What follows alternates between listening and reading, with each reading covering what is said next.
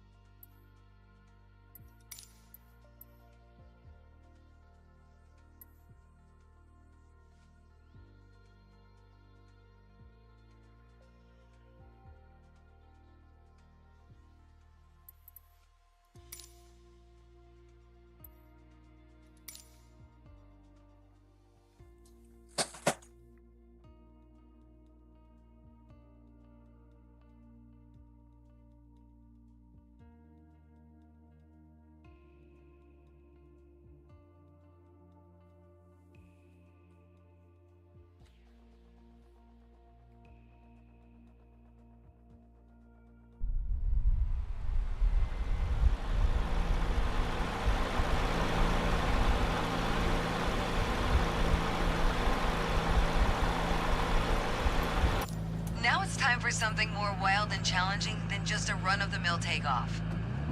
Not all runways are long, flat, and clear of debris. Let's try taking to the sky from a more rugged surface. With the brakes applied, go ahead and increase power to full throttle. Excellent. The engine instruments are all in the green. Now release the brakes, and we'll get going. Rotate at 45 knots. Now smoothly raise the nose to 15 degrees.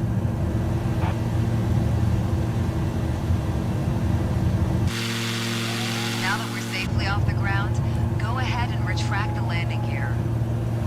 Maintain a 15 degrees nose-up attitude to hold a climbing airspeed of 60 knots. Maintain full throttle.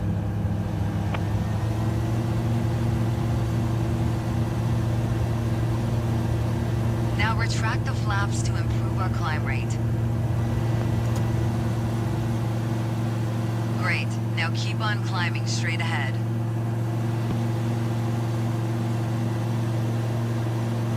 Pull the nose up a little more for a good climb rate. Maintain full throttle.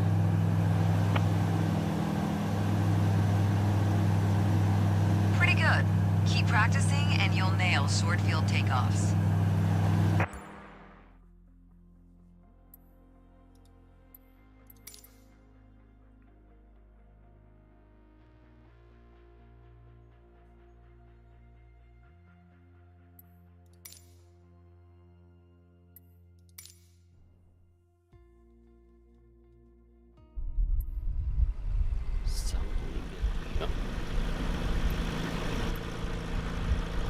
않나요 지금? Now it's time for something more wild and challenging than just a run-of-the-mill takeoff. Not all runways are long, flat, and clear of debris. Let's try taking to the sky from a more rugged surface. With the brakes applied, go ahead and increase power to full throttle. It's a little more difficult to... Excellent. The engine instruments are all in the green. Now release the brakes, and we'll get going. Maintain full throttle. Rotate at 45 knots. Now smoothly raise the nose to 15 degrees. Now that we're safely off the ground, go ahead and retract the landing gear. Maintain a 15 degrees nose-up attitude to hold a climbing airspeed of 60 knots.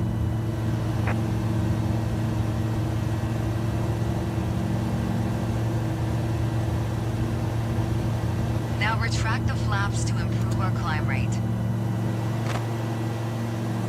Great. Now keep on climbing straight ahead.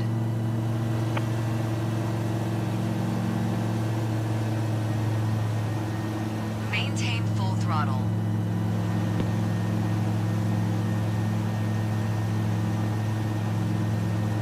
You should have kept the throttle at full power. Great. That's the short field takeoff in a nutshell.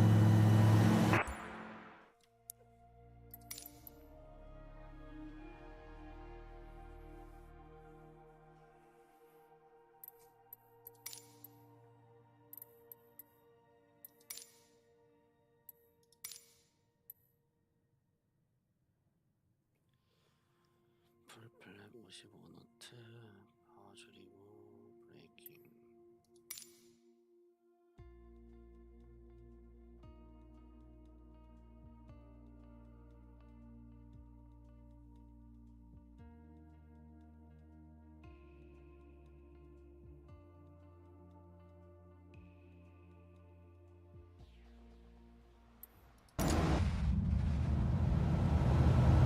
Now that you've taken off from a gravel runway, let's try landing on one. For this short field landing, the terrain dictates that we need to approach at an angle. Start by deploying the landing gear and get ready for our approach.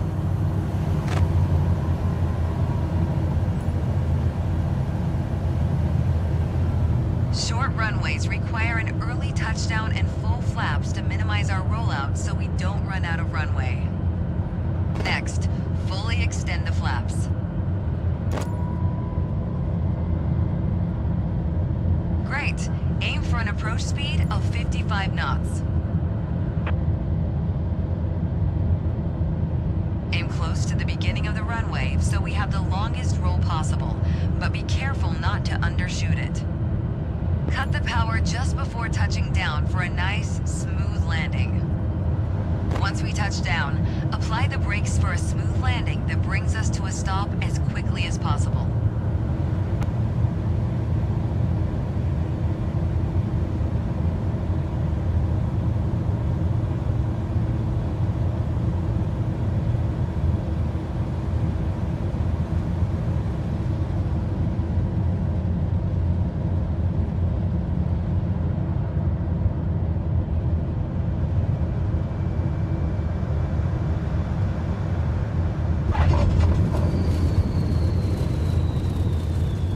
Excellent landing, sir. Thank you. You nailed the landing. The procedure is more challenging than at a larger airport, but being able to land on short and unimproved runways like this one opens up more possibilities for your adventures.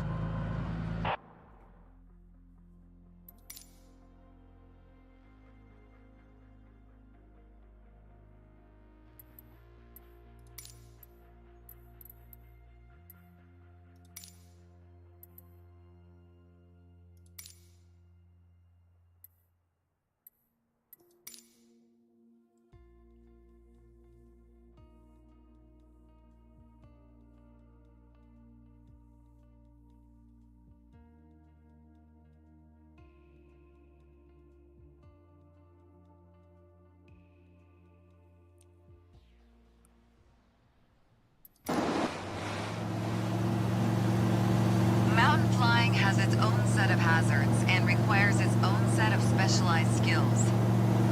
Mountainous terrain, especially at high altitude, often creates dangerous turbulence, even when conditions appear dead calm. Fly on the right-hand side of the valley ahead, maintaining 2,000 feet altitude and 100 knots airspeed. Air flows over mountains like water does over rocks, conforming to the topography both on the upside and the downside. Air forced up the side of a mountain by wind creates updrafts, often unpredictable ones.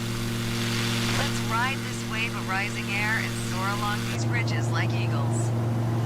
With the wind out of our left-hand side, fly just above the right side edge of the valley to ride the updraft.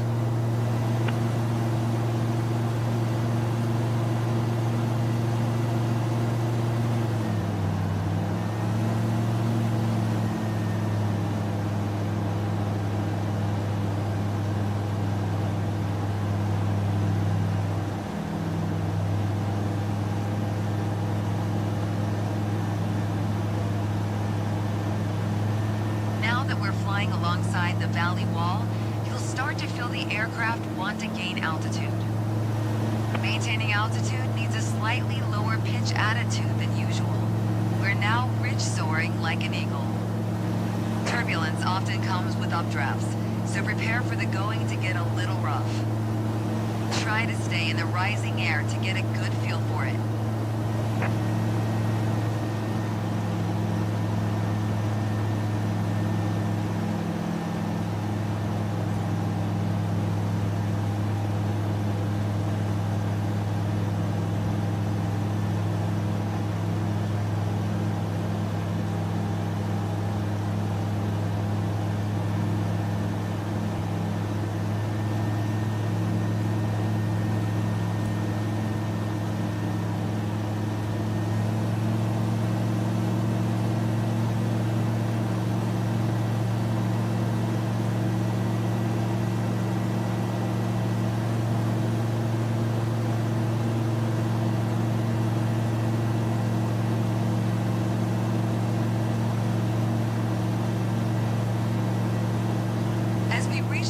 In the mountain wall on our right side, the updraft will level off and then ramp up again when we reach the other side of the gap.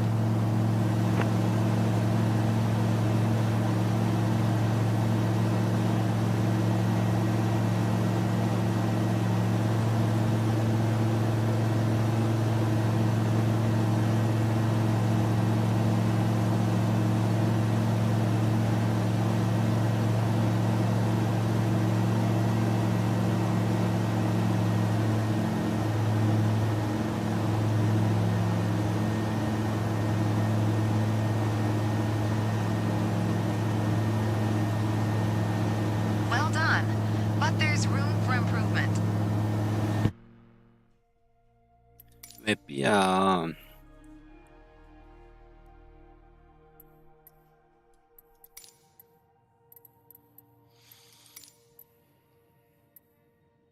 하강기류.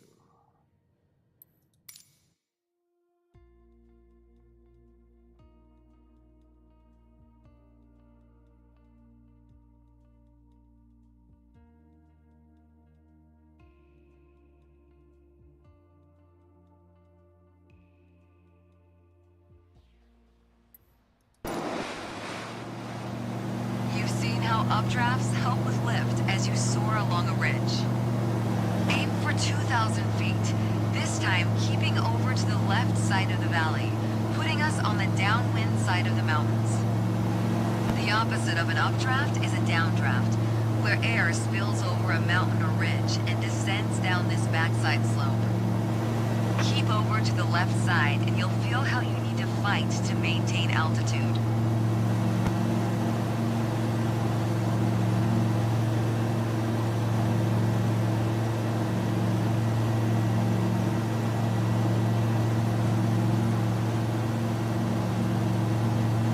Find it difficult to maintain altitude in a downdraft, so keep a high power setting and watch the altimeter and be ready to work the controls, especially the elevator. If it gets too much, make a gentle turn to the right towards the middle of the valley. This will take you out of the downdraft.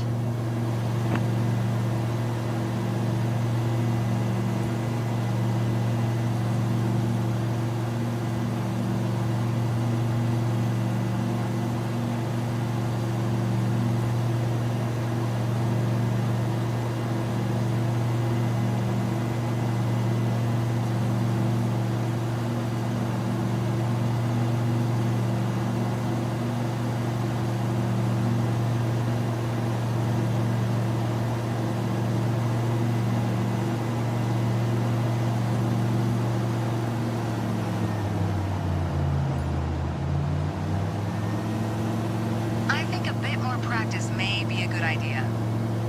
Now that you've experienced a downdraft, you'll know how to react the next time you encounter one while flying in the mountains. You'll encounter them on the downwind side of terrain, where winds blow at speeds of 10 knots and faster.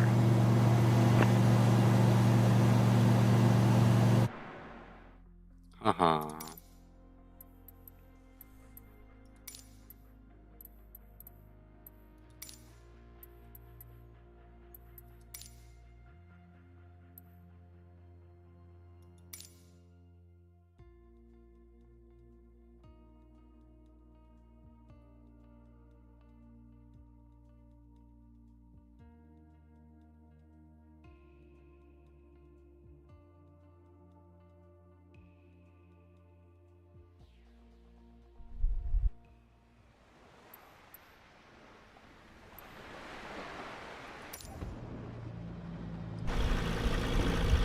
Recon A5 isn't limited to hard surfaces. We can experience the glorious Alaskan landscape all the more with our water-going capabilities. To get Well started, done. let's Smooth look landing. at a basic water takeoff. It's much more difficult to accelerate when in water, so you want to get as much lift as possible as quickly as you can. To reduce our takeoff run, we'll use full flaps. Set the flaps to their fully extended position.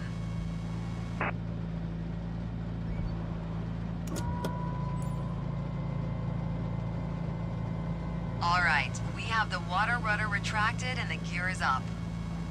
Now give it full throttle to get us moving. Use the rudder to aim for the gap between the island up ahead and the shoreline.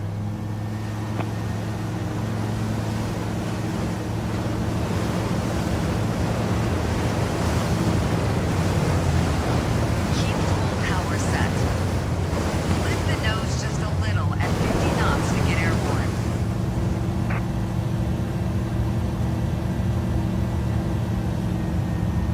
Keep full power set.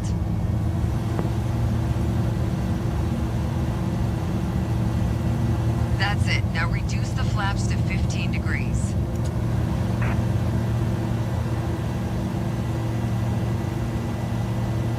Now we can retract the flaps completely. Good. Keep us climbing straight ahead, aiming for about 60 knots to get the best climb rate. Keep full power set. Keep full power set. Keep full power set. We needed to use full throttle for takeoff. Keep full power set. Keep full power set. Keep full power set. We needed to use full throttle for takeoff. Keep full power set. I think a bit more practice may be a good idea. 没戏啊！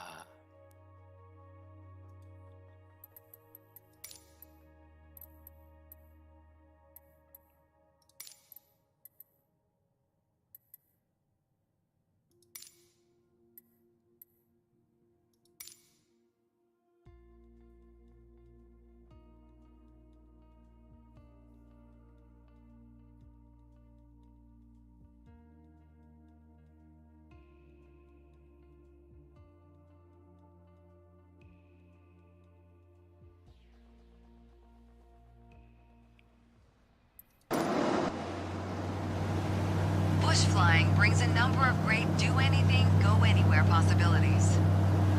We're going to land on the lake up ahead, so let's start getting ready. Bring the throttle all the way back to idle. Set idle power to slow down. Let the speed drop below 75 knots, right where the white band on the airspeed indicator begins. Great. Now extend the first stage of flaps. Flaps 15 degrees. Keep the speed below 75 knots. Now fully extend the flaps to 30 degrees.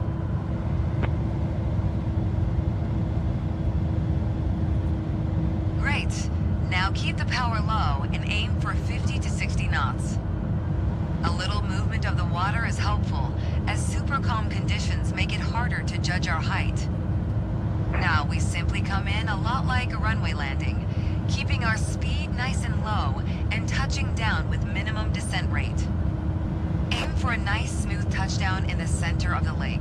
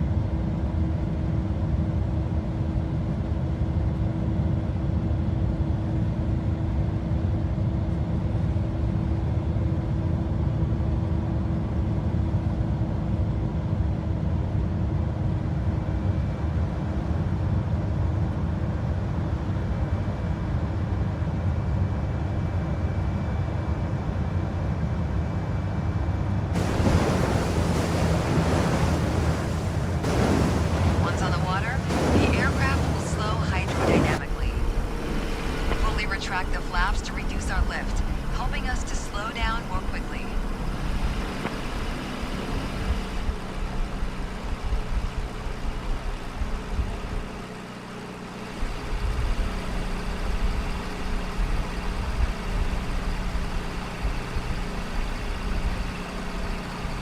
Nice landing, as always. Fantastic. Water landings open up a ton of new possibilities. Next, we'll put all that you've learned to the test with the bush flying challenge.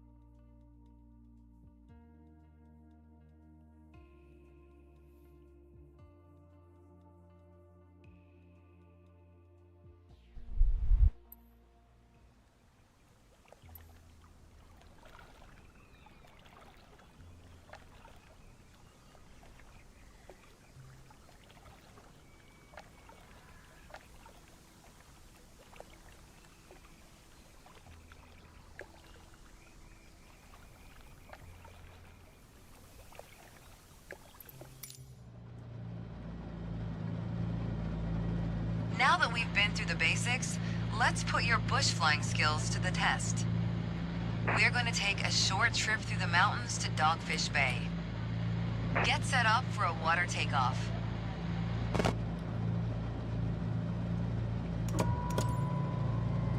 Great. Now get us airborne.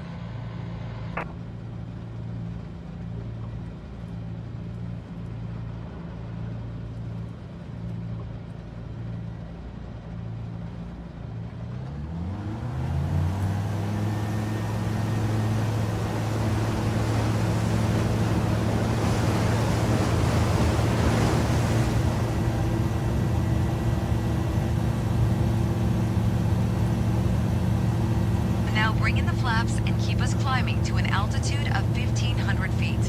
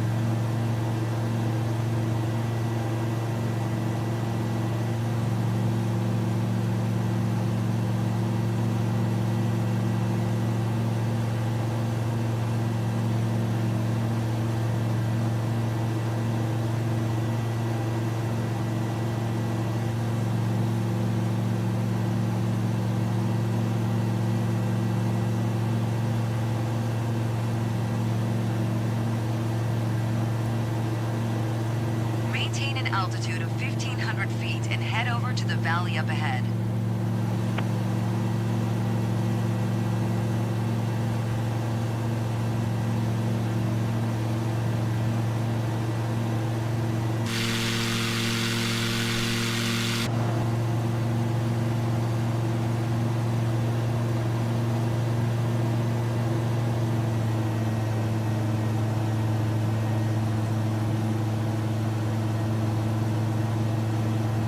Keep an eye on your altitude. We want 1,500 feet.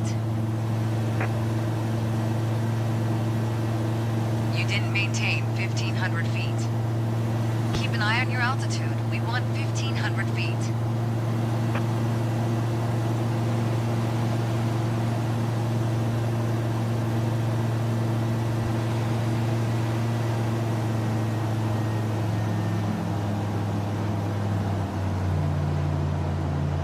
Turn to the right here and maneuver through the valley. The wind is now coming from our left, so decide which side of the valley to fly over to avoid downdrafts.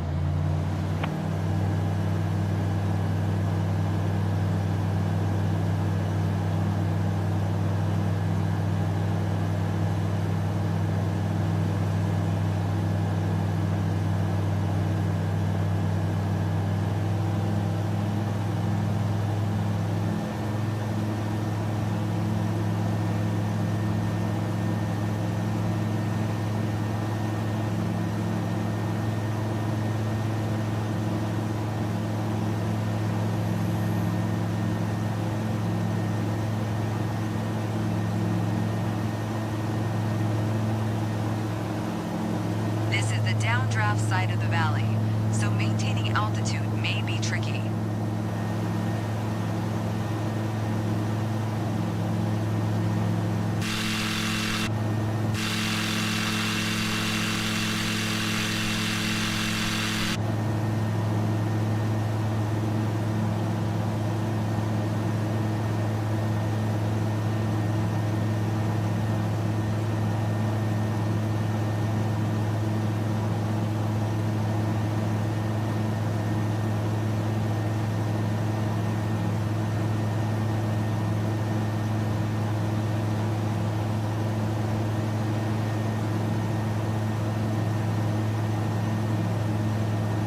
Dogfish Bay is just ahead. When bush flying, it is always wise to do a flyover of the landing site first to check the conditions of the strip. Start a gradual descent, and we'll fly past the runway to take a look.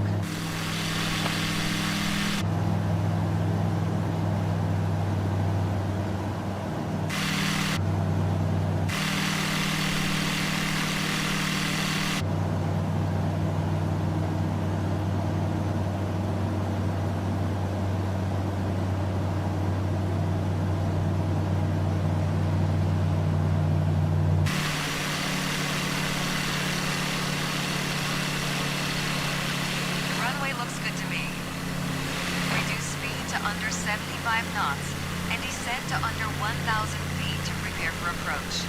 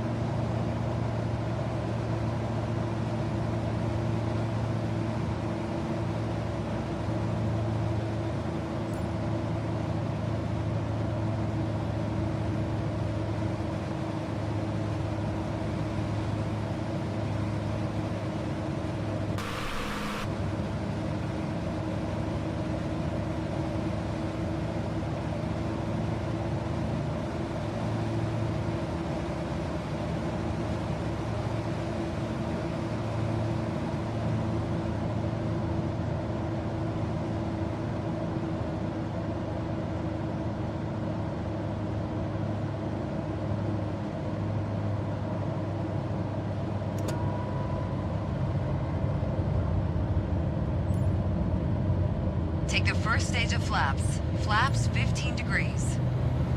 This landing will be on a short grass runway. Lower the landing gear. Watch out.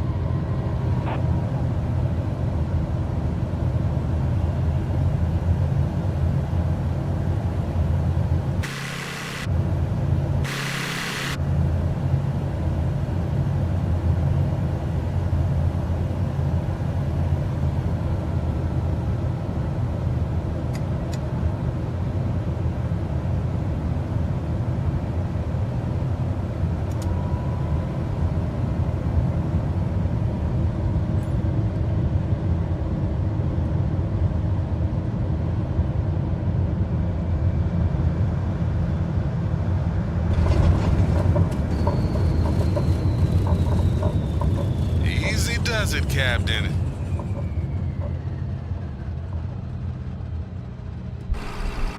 Well done, but there's room for improvement.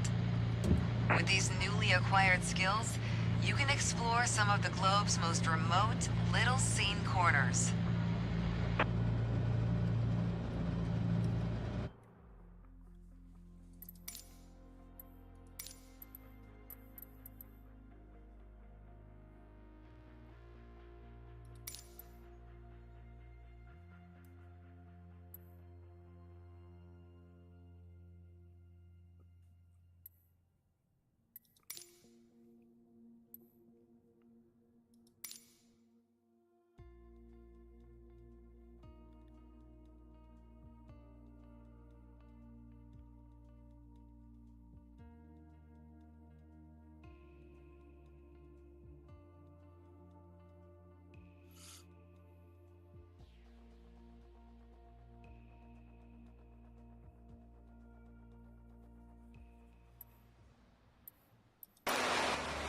flying over the UK's Shetland Islands, just below a thick layer of clouds.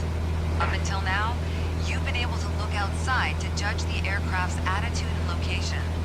What happens when you lose that outside view? That takes us into the world of instrument flight. When you can't use the horizon for reference due to clouds, darkness, or other hindrances to visibility, you'll need to rely on your airplane's instruments. When flying on instruments alone, you'll need to rely on your attitude indicator to see your pitch and roll information.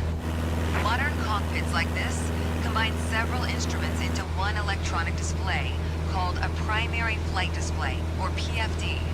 Stay on heading 270, set full power, and climb up to 4,500 feet. Set full power for the climb.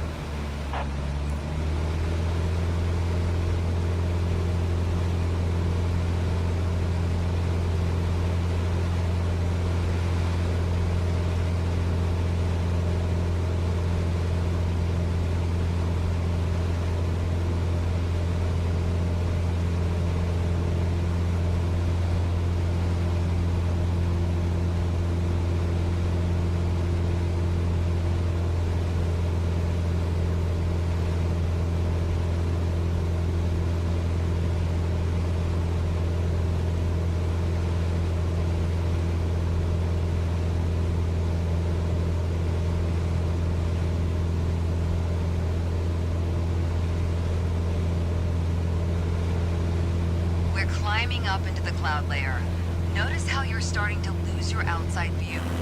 Instead of looking out the canopy, focus your attention on the cockpit instruments. You can maintain wings level using the attitude indicator. Continue climbing to 4,500 feet.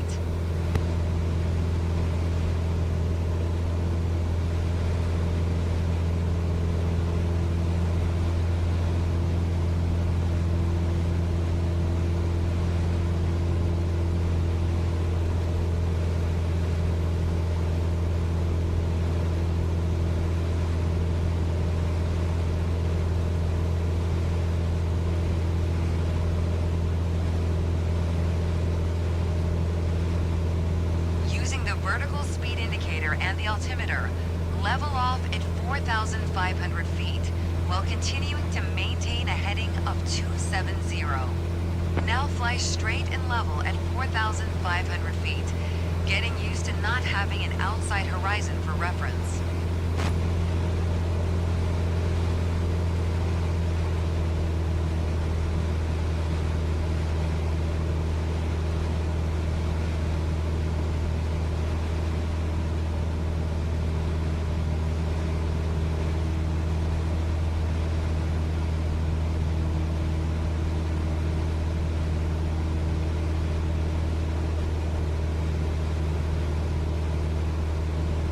Okay, now keep us on this heading and take us down to 4,000 feet. Reduce power so that we can descend without gaining speed.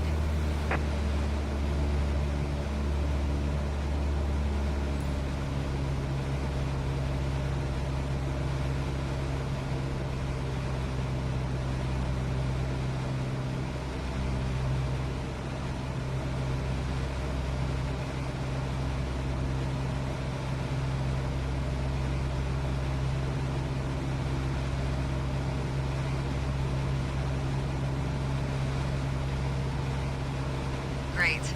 Increase power again for cruise and keep us at 4,000 feet.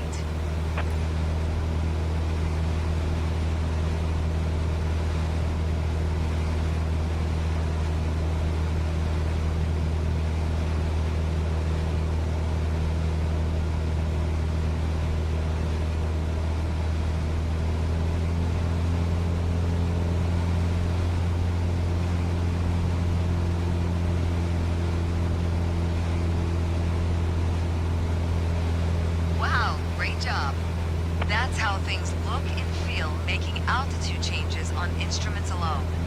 You'll find it gets easier with experience. Next, we'll introduce turns.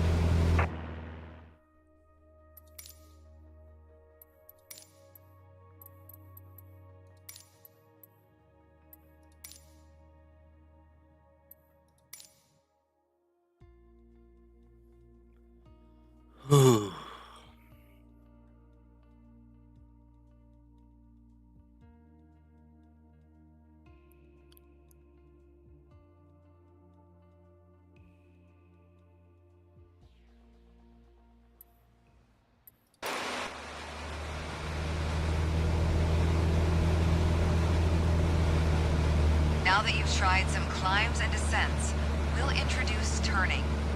Throughout this lesson, maintain your current altitude of 4,000 feet. Our heading is the direction our nose is pointing, measured in degrees. The main electronic display in front of you is the primary flight display, or PFD. At the bottom center of the PFD, we see the horizontal situation indicator, or the HSI. The HSI shows us the direction our nose is pointing, called our heading. Headings are measured in degrees, with east being 090, south 180, west 270, and north 360. Currently, we're heading west. That's 270 degrees. When turning, we want to aim for a make angle of around 20 degrees. Along the top of the attitude indicator are white lines. Each line represents 10 degrees. Normally, we use about 20 degrees of bank, which is the second white line. Let's try it out. Make a turn to the left onto heading 180 using 20 degrees of bank. Keep turning until heading south, at which point smoothly roll back to wings level.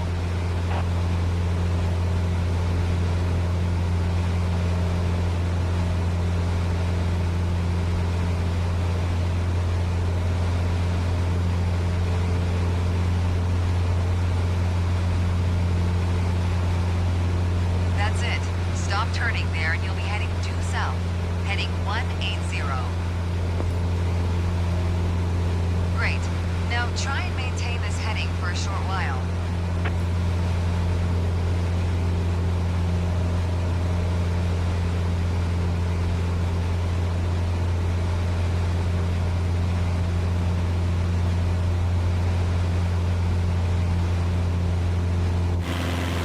Now make a turn to the right onto a heading of 350.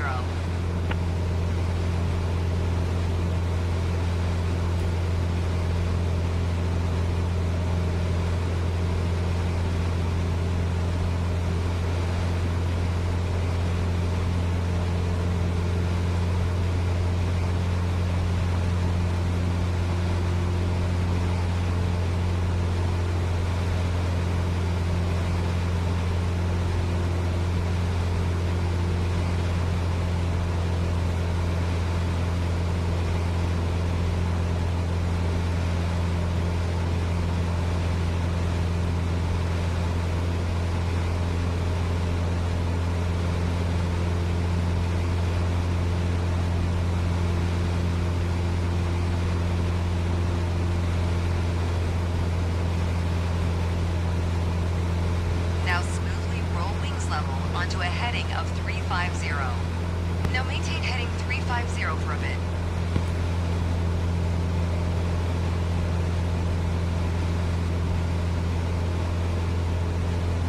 You didn't maintain 4,000 feet while turning. Watch your altitude. Maintain 4,000 feet. Wow, great job. So that's how we make turns using just the instruments. Next, we'll look at how to handle speed changes.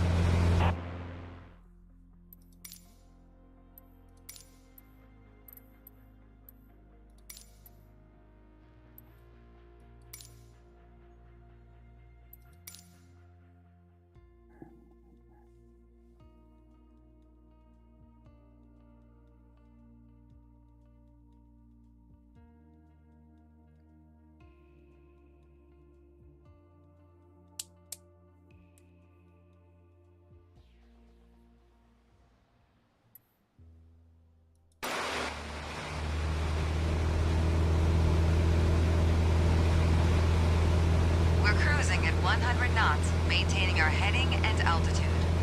Let's look at how we deal with speed changes when flying on instruments. When slowing down, the wings produce less lift. To counter this, you'll need to progressively raise the nose in order to maintain altitude. Give it a try. Reduce power and bring the speed back to 70 knots. Try to maintain 4,000 feet altitude. Watch your speed. Remember to adjust the elevator trim so that you don't have to keep putting any pressure on the controls. You need to be able to control altitude while adjusting speed.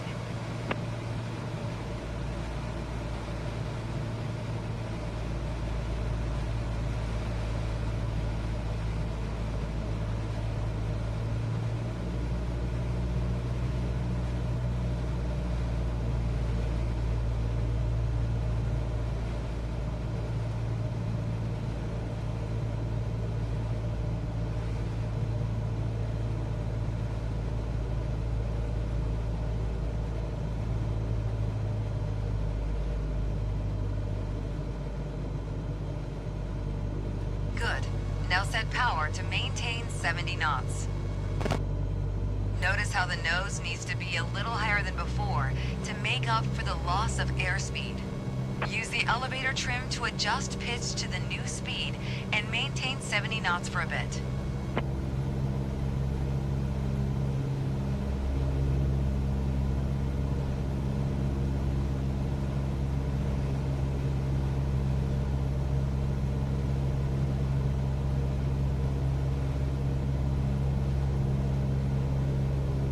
Great. Now increase power to get your speed back up to 100 knots.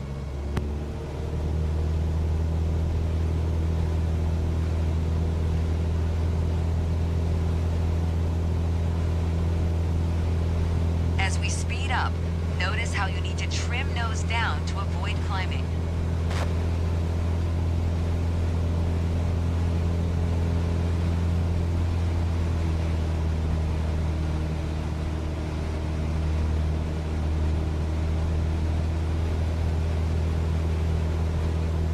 That's it. Now stabilize at 100 knots.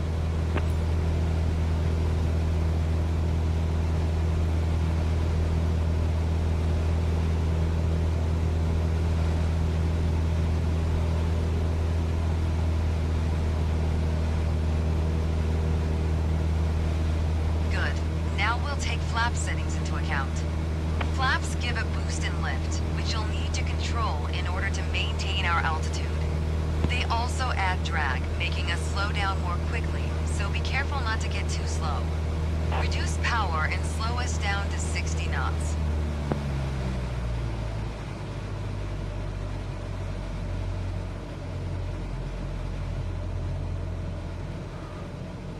Good. Now extend the flaps to 10 degrees.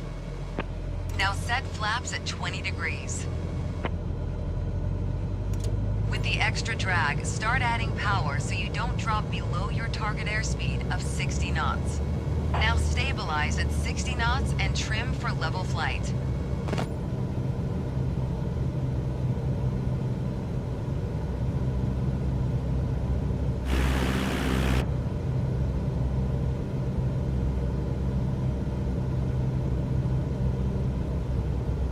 Wow, great job. Next, we'll look at navigating on instruments alone.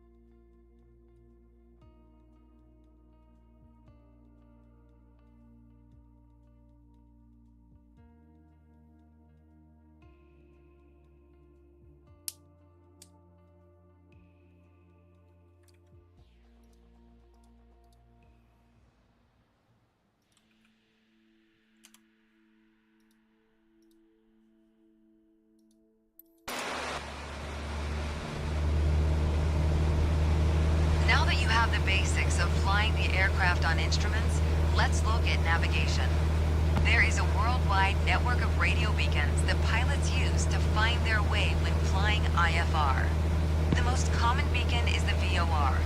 I've tuned the Sumberg VOR into your nav radio, which we're going to fly toward. To get there, we'll use the course deviation indicator, CDI. That's the green arrow and bar on the HSI. I've set the CDI for a course of 170. That means we want to arrive at the VOR on a heading of 170.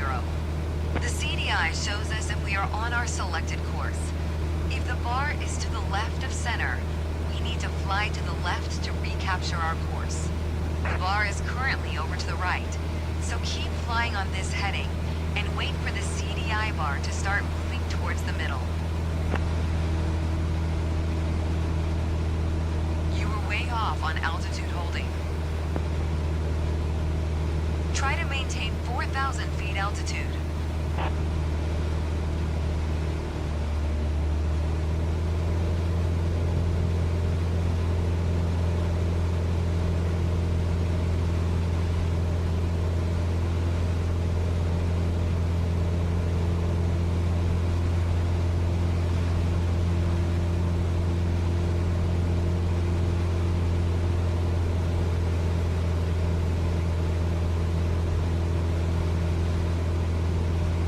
it comes. Now make a left turn onto heading 170.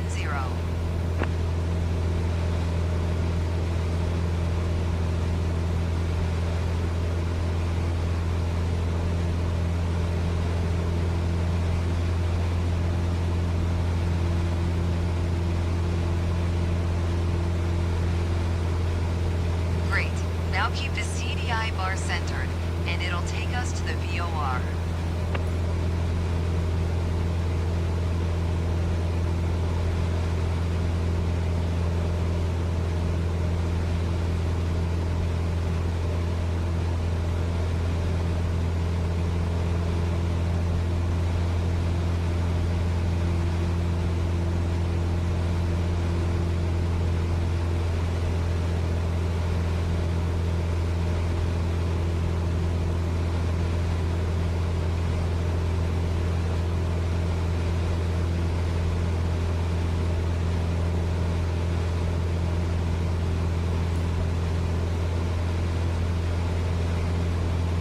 We're getting close to the VOR now.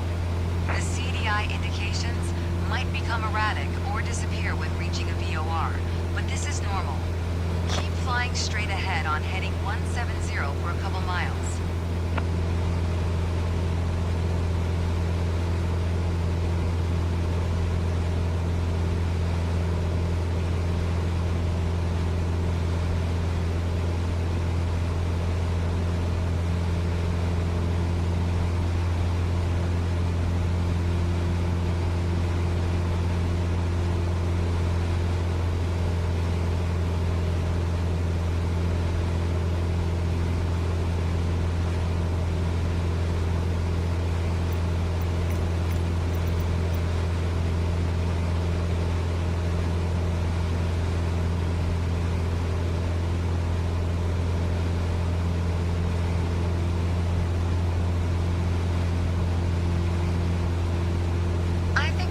Practice may be a good idea.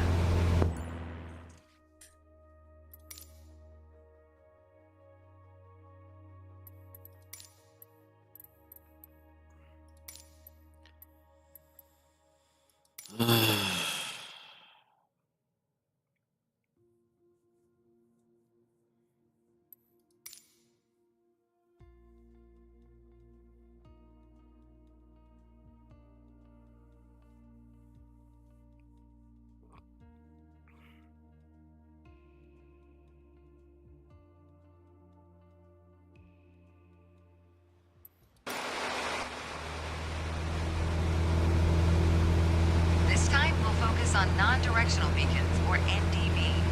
The NDB is tuned on the automatic direction finding ADF radio and is shown as a blue needle on the HSI. As Sumberg NDB is tuned, the needle is pointing straight towards it, which is to our right. Maintain 4,000 feet and heading 180, and watch what the needle does.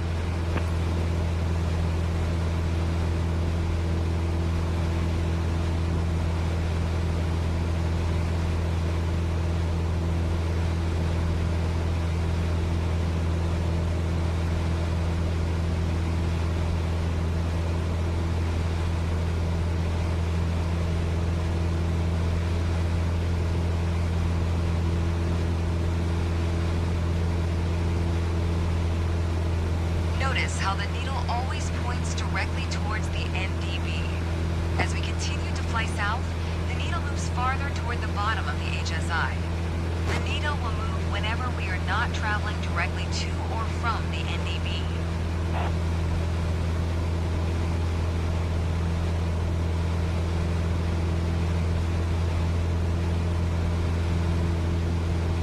Make a turn to the right, towards the NDB needle.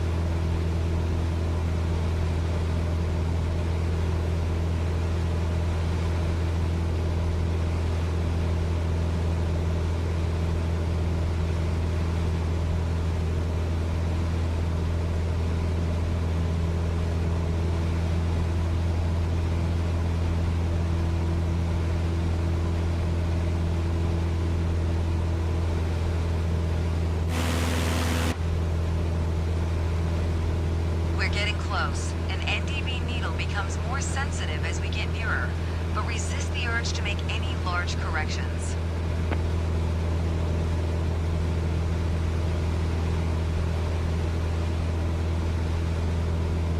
Now see how the needle spins around and points behind us. Wow, great job. We've now taken a look at basic IFR navigation. So next, we'll cover how to get us on the ground.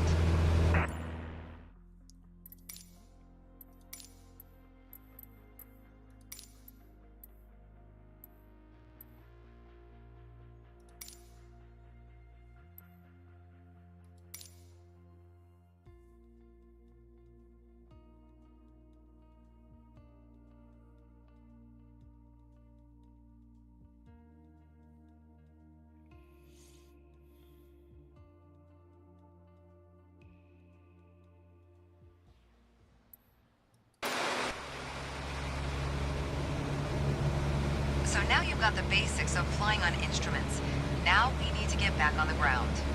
The most common landing aid is the Instrument Landing System, or ILS for short. An ILS uses two directional radio signals, one for lateral guidance called a localizer, and the other for vertical guidance called the glide slope. The localizer provides lateral guidance, which directs you onto the runway centerline. The glide slope provides the intended descent angle onto the runway.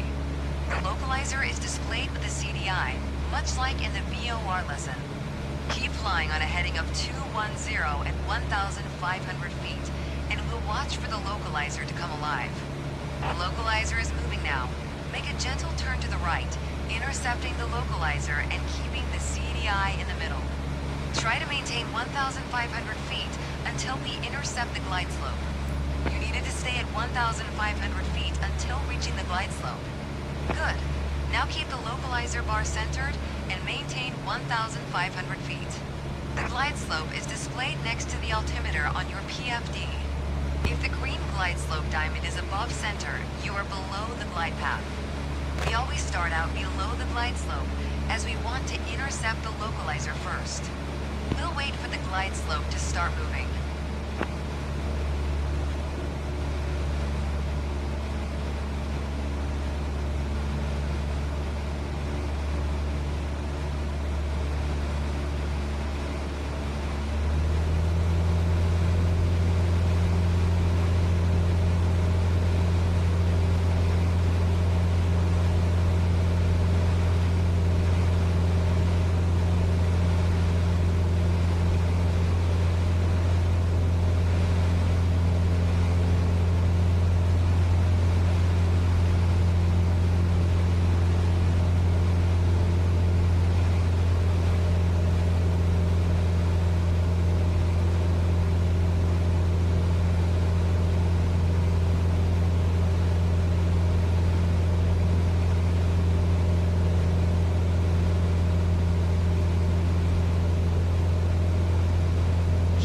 Glide slope. Maintain 1,500 feet until it almost reaches the center. Here it comes. Now reduce power a little and start to descend, using the VSI to aim for 500 feet per minute. Keep both the localizer and glide slope indications centered all the way down to the ground. Reduce speed and set flaps as needed as you make your way down the ILS.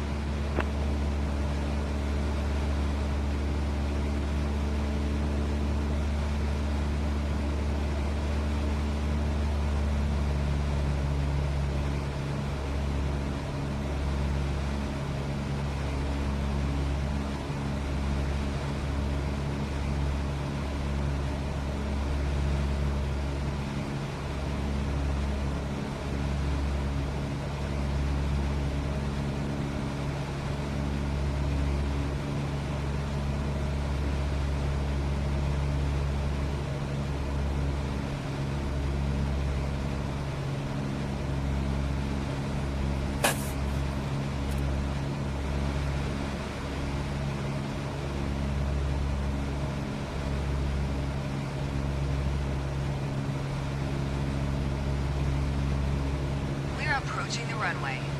This approach has an offset, meaning that the localizer and runway aren't lined up together exactly. Focus on following the ILS for now. We'll transition to a visual landing once we're closer to touchdown. Make only small corrections and remember that each will be more critical as we approach touchdown. 500.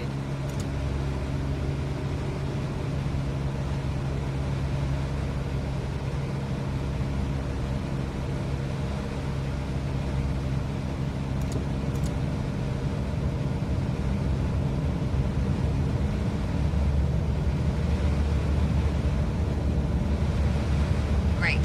Now is a good time to transition from flying on instruments to using visual cues to complete the landing. Get us down onto the runway and then come to a smooth stop.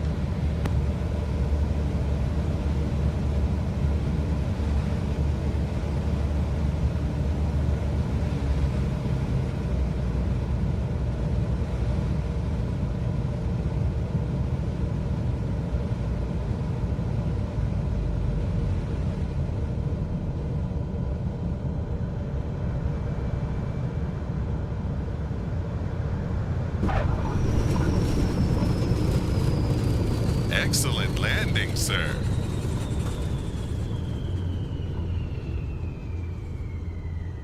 Well done, but there's room for improvement.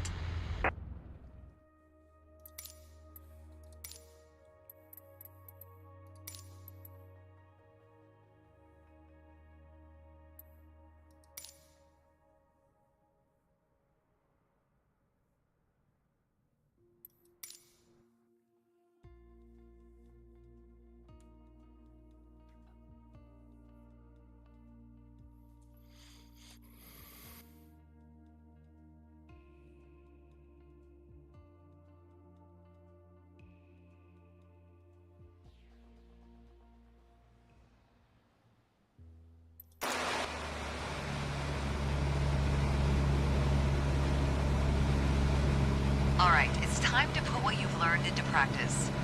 We're at 5,000 feet following a GPS route towards Sunberg. I'll ask you to perform some handling tasks to test your IFR flying skills. Follow the GPS as shown in magenta on your CDI, maintaining 5,000 feet and 110 knots. Okay, still maintaining the GPS course. Take us down to 3,500 feet, keeping 110 knots airspeed.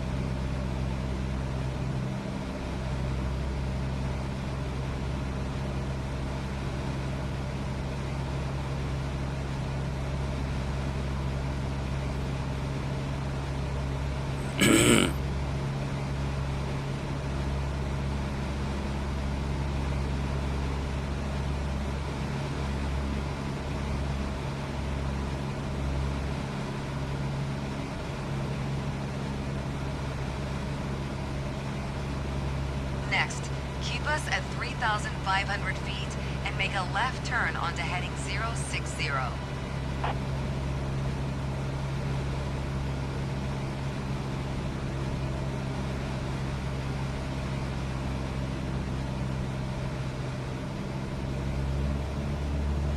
Keep us at 3,500 feet. You didn't hold your altitude accurately enough. All right, let's throw some other things your way. Please bring the speed back to 70 knots.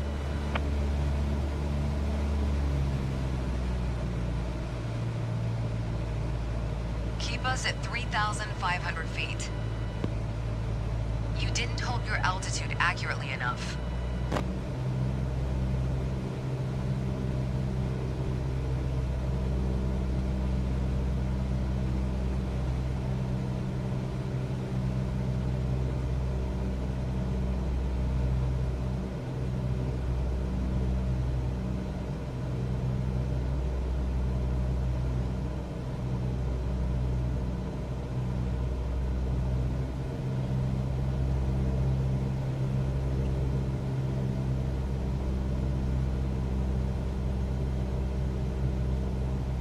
Excellent. Now keep us at 3,500 feet, 70 knots, and turn us to the right onto heading 225.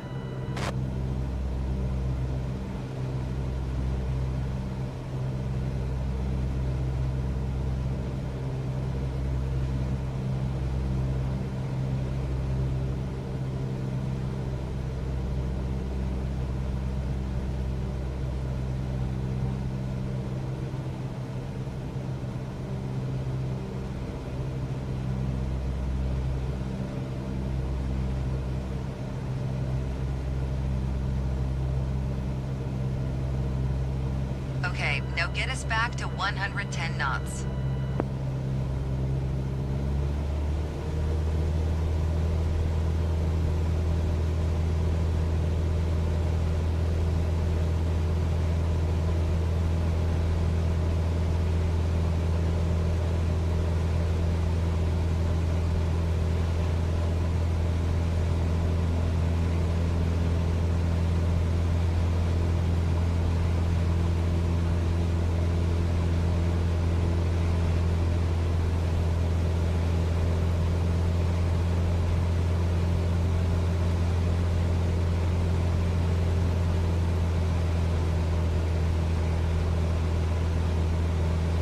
I think a bit more practice may be a good idea.